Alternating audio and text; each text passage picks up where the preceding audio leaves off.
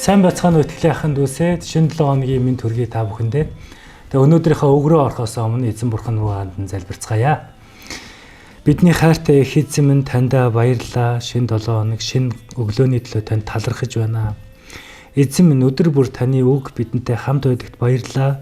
Тэгээ өнөөдрийн үгээр дамжуулан бидэнд ойлголтыг, ухаарлыг өгөх болтугай. Есүсийн нэрээр талархан залбирлаа. Амен. За өнөөдөр би та бүхэнтэйгээ нөхрийн хайраар эхний царай гэрэлтдэг ийм сэдвийн хүрээнд хуваалцах болно. Тэгээ Эфес номын 5:25 дээр нөхрүүдээ Христ чуулганыг хайрлаж өмнөөс нь өөрийгөө өгсөний адил эхнэрийгээ хайрлаа гэсэн байдаг. Амен. Гэрлэлт бол зүгээр нэг хүний зохиосон харилцаа биш. Харин Бурханы анхнаасаа тогтоосон ариун тогтолцоо. Эхлэл номын 2:24 дээр ийм учраас эр хүн эцэгхээ орхиод их нэртэйгээ нийлэх бөгөөд тэд нэг бахвад болдгоо гэсэн байдаг. Энэ гэрлэлт бол хүний санаачсан зүйл биш, харин Бурханы тушаал, Бурханы зоригтой холбоотой гэдгийг тодорхой харуулдаг. Тиймээс гэрлэлтийг ойлгохын тулд эхлээд Бурхан яагаад гэрлэлтийг бий болгосныг, мөн нөхөр хүнд ямар үүрэг хариуцлага өгсныг ухамсартайгаар ойлгох нь чухал байдаг. Тэгэхээр нөхөр хүний хамгийн үндсэн дуудлага юу вэ гэвэл эхнэрийгээ хайрлах талаар харж байгаа. Гэхдээ энэ хайр нь зүгээр нэг мэдрэмж эсвэл аман илэрхийлэл бус. Харин сонголт үйлдэл байх ёстой. Эхнэрийнхээ төлөө сайныг сонгож түүний төлөө үргэлж сайныг үйлдэнэ гэсэн ийм шийдвэр байдаг. Тэгэхээр гэхдээ энд нэг чухал асуудал гарч ирдэг. Бидний сайн гэж бодож байгаа зүйл эхнэрийн маань хувьд үнэхээр сайн муу нүг гэдгийг бас өөрөөсөө асуух хэрэгтэй. Хайр гэдэг нь өөрийнхөөрөө зүтгэх бус, харин ханыхаа эхнэрийнхээ хэрэгцээ, сэтгэл зүрх, бодлыг ойлгож байхаар илэрдэг. Эфес номын 5-ын саяны дурдсан 25 дугаар ишлэлээр нөхөр хүн эхнэр Эфес номын 5:25 дээр саяны Эфес номын 5:25 дээр нөхөр хүн эхнэрээ Христ цөмөө адил хайрсны адил хайрлах ёстой гэж яг заасан шиг нөхөр хүн эхнэрээ үргэлж нэгдүгээрт тавьдаг байх хэрэгтэй. Гэхдээ эхнэрээ нэгдүгээрт тавина гэдэг нь хоосон ураа биш, харин түүнийг үргэлж таньж мэдэж, ойлгож, анхаарч байх ёстой. Эхнэрийнхээ юу хүсэж байгааг, мөн юу түүнд чухал болохыг, юунаас айж, юунд баярлдгийг мэдэх нь маш чухал байгаа. Тэгээ Библи нөхөр хүнд эхнэртэйгээ зөөлөн хандах үүргийг бас өгсөн байдаг. Колосай номын 3:19 дээр эхнэрүүдээ хайрл, тэдэнд бүх хатуу ханд гэж бичигдсэн байдаг. Мөн 1-р Петрийн 3:7 дээр эхнэрүүдийг сул дорой сав гэж нэрлсэн байгаа. Энэ нь болохоор эхнэрүүдтэйгээ хүндэтгэлтэйгээр ингээд эмзэг юмд хүрж байгаа юм шиг харилцахыг хэлж байна. Тэгэхээр энэ эхнэрийг дорд үзгэсэн санаа бол биш. Харин илүү эмзэг учраас ийм эмзэг зүйлд халамж, хайр шаарддаг гэдгийг биднэрт ойлгуулж байгаамаа. Эхнэртэйгээ өрсөлдөгч шиг хандах нь буруу. Ялангуяа бусдын дэргэд эхнэрээ дорд үзэх, үгээр шалуулах нь гэрэлтийн суурийг эвдэж яадаг. Бидний харилцааг байнга эвдэж яадаг. Гэрлэлт бол нэг баг.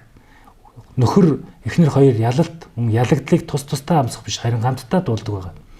Тиймээс амнаасаа гарах үг бүрээ маш сайн анхаарах хэрэгтэй. Заримдаа эрчүүдийн хувьд чимээгүй байх нь хамгийн зөв сонголт байдаг. Уур бухимдлаасаа болж хэлсэн нэг үгийн дараа л засахад маш хэцүү байдаг. Тэгэхээр энд бол айгүйх цаг ордог байна. Бид нэр альва уур бухимдлаасаа болоод эхнэртэй буруу муухай үг хэлдэг. Энэ хэлсэн үгээ дараа нь засах гэж биднэрт нэлээд цаг бас ордог байгаа. Тэгээд засах гэж. Үг бол зэвсэг. Тэгэхээр зөв хэрэглэл барьж босгодог, буруу хэрэглэл нураадаг. Мөн эхнэрээ хувь хүнийх нь хувьд дэмжих нь нөхрийн маш чухал үүрэг байдаг. Бидний эхнэрүүд өөрийн гэсэн хүсэл мөрөөдөл, авиас чадвар дуудлагатай Бурханаас өгсөн. Түүний хөгжлийг дэмжих, урамшуулах, хамт баярлах нь гэрэлтийн яг энэ эрүүл бат бөх байдлыг бий болгодог. Нэг баг гэдэг ойлголт бол энд дахин илэрдэг. Нэгнийгээ амжилтыг атаархах бус, харин ялтанд нь хамтдаа баярлаж, хамтдаа энэ зүйлийг хийдэг байх нь маш чухал юм аа. Гэрэлтийн өөр нэгэн чухал зүйл бол итгэлцэл байгаа. Итгэлцэл нь баримтаас илүү сонголт байдаг. Тэгэхээр итгэх нь бид нар нэг нэгэндээ итгэх бол маш чухал. Ялангуяа хосын харилцааны итгэл. Эхнэртээ итгэхийг өдөр бүр сонгох нь нөхрүүд бидний хийх ёстой хамгийн чухал зүйл байдаг. Итгэл байхгүй бол хайр болоод хүндэтгэл бусад зүйл бол байхгүй л гэсэн үг. Тэгэхээр хүндлэл, итгэлцэлтэй бүх зүйл тогтдог. Итгэлцэлтэй маш холбоотой чухал зүйл бол мэдээж хүндлэл. Хүндлэл гэдэг бол биш бид нар бас зөвхөн үгээрээ биш, харилцаагаараа, шийдвэрээрээ, хандлагаараа бас илэрхийлэх гэж байдаг. Эхнэрээ хүндэлдэг нөхрийн хайр эхнэрийн царайнаас гэрэлтдэг. Энэ бол оргүй үг биш, ортой. Нөхрийн хайр эхнэрийн царайнаас гэрэлтдэг. Тэгэхээр гэрэлтийн хамгийн гол чухал зүйл тэр эхнэрийгээ хайрлаж, эхнэрийгээ усалж, тордож байх нь маш чухал байгаа. Эхнэр аз жаргалтай амар тайван байвал тэр нь нөхрийнх нь хайрын бодит нотлохоо болдог байгаа. Эцэст нь хэлэхэд гэрэлт бол Бурхны өгсөн зориг, Бурхны даалгасан үүрэг байгаа. Нөхөр хүн эхнэрээ хайрлаж, хүндэлж, хамгаалж дэмжиж, түүнтэй нэг баг болж амьдрах үед гэрлэл зөвхөн хоёр хүний харилцаа биш, Бурхны алдар сууг харуулсан амьд гэрчлэл болдог байгаа. Иймд гэрлэлт бол үнэхээр бат бөх утга учиртай байх ёстой. Эр хүн бүрт Бурхан зориг өгсөн, тэр зорилгын төв бол гэрлэлт. Гэрлэл бол цул дорой хүмүүсийн тоглоом биш, харин хариуцлага үүрч чаддаг, зогсож чаддаг эрчүүдийн дуудлага байдаг. Эхнэртэй болно гэдэг бол зүгээр нэг хамт амьдрах шийдвэр биш, харин амьдралаараа хамгаалж, удирдах, хайрлах энэ хамлалт байдаг. Бурхан биднээс эхнэрээ хайрлахыг тушаасан байгаа. Тэгээ энэ хайр бол үг биш, үйлдэл гэдгийг би түрүүн өмнө дурдсан байна. Өдөр бүр эхнэрийнхээ төлөө сайныг сонгож өөрийнхөөрөө биш, түүнийхээ сайн сайхны төлөө шийдвэр гаргадаг байх хэрэгтэй юм аа. Тэгээ өөрөөсөө бид нэг зүйлээ асуух хэрэгтэй. Миний хийж байгаа зүйл яг энэ үнэхээр эхнэрийн минь сайн сайхны төлөө байна уу гэдгийг үргэлж нөхрөд бодож явах хэрэгтэй. Эхнэрээ амьдралдаа эхэнд тавьж бид нар маш сурах нь маш чухал. Тэгээ энэ сул дорой байдлыг үж харин жинхэнэ эр хүн, жинхэнэ нөхөр хүний манлайллыг биднэрт үзүүлж яадаг юм аа. Нэг л хатуу үг бүхэл бүтэн харилцааг шархалзуулж чаддгийг бид нар мэднэ.